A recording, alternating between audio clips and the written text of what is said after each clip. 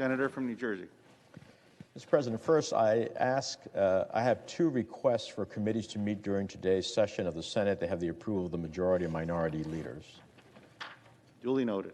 Mr. President, I ask unanimous consent to speak for up to 5 minutes. Without objection. And Mr. President, I'll just remark of how quickly you've risen in the Senate, so we welcome you here. I rise today in support of Antony Blinken's nomination to be Secretary of State. I want to thank Senator Risch for working with me expeditiously to get this nomination to the floor, and I appreciate his work in common cause to achieve it. We all know Mr. Blinken has impressive credentials. He was confirmed by the Senate as Deputy Secretary of State, and before that served as the Deputy National Security Advisor and as the Staff Director at the Senate Foreign Relations Committee. But apart from his extensive experience, he showed in almost 5 hours of hearing testimony that he is thoughtful, willing, able to grapple with the most complex, challenging issues facing our country, and committed to engaging Congress. And he did so on both sides of the aisle. Not surprisingly, the Foreign Relations Committee reported him out by an overwhelming bipartisan vote.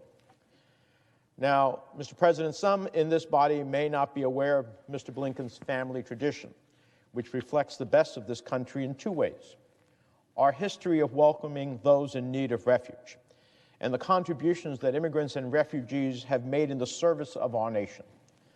Mr. Blinken's family came here fleeing persecution. His grandfather, Maurice Blinken, fled Russian pogroms.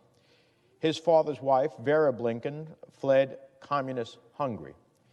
And his late stepfather, Samuel Pizar, survived Nazi concentration camps and met the first U.S. soldiers he saw with the only English words he knew: God bless America. And from that family, our country has benefited from the service of two ambassadors, an assistant secretary, and a deputy secretary of state.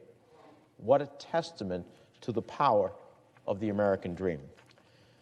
Mr. Blinken must be confirmed so we can start addressing the challenges we face abroad.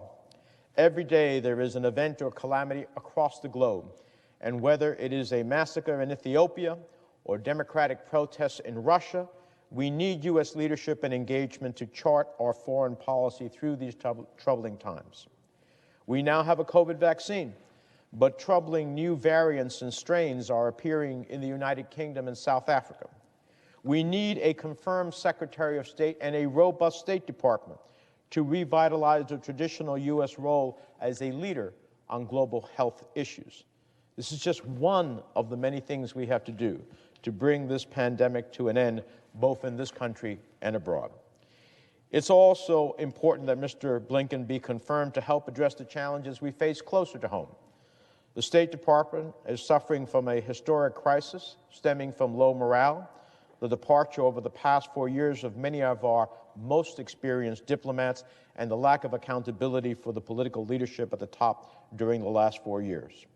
Mr. Blinken's experience and expertise is necessary to begin to repair the damage and rebuild the State Department.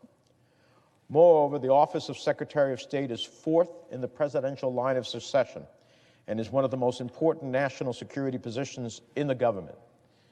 To paraphrase former Secretary of Defense James Mattis, if we do not support diplomacy, our armed forces will ultimately need more ammunition. He was right. Robust diplomacy means that we are less likely to have to send our sons and daughters to fight wars, and it means more opportunities for Americans and American businesses abroad. I strongly support Mr. Blinken's nomination today because he is the right person for the job, and because we cannot afford to leave this post vacant any longer. I hope my colleagues will all join me. Mr. President, with that, I yield the floor.